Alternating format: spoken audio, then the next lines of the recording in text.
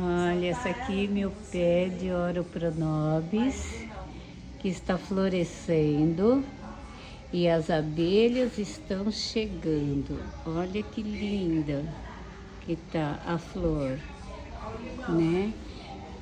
As abelhas que vieram dessa vez é umas abelhinhas pretas, né? Estão aqui tirando o néctar da flor.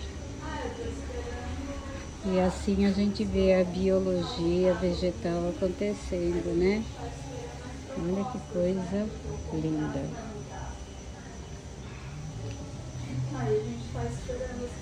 Bem...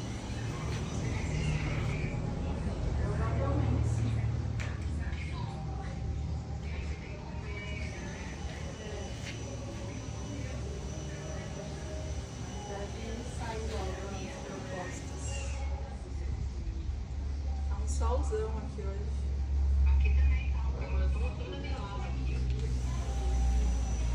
Olha a abelhinha aqui, pegando o néctar da flor.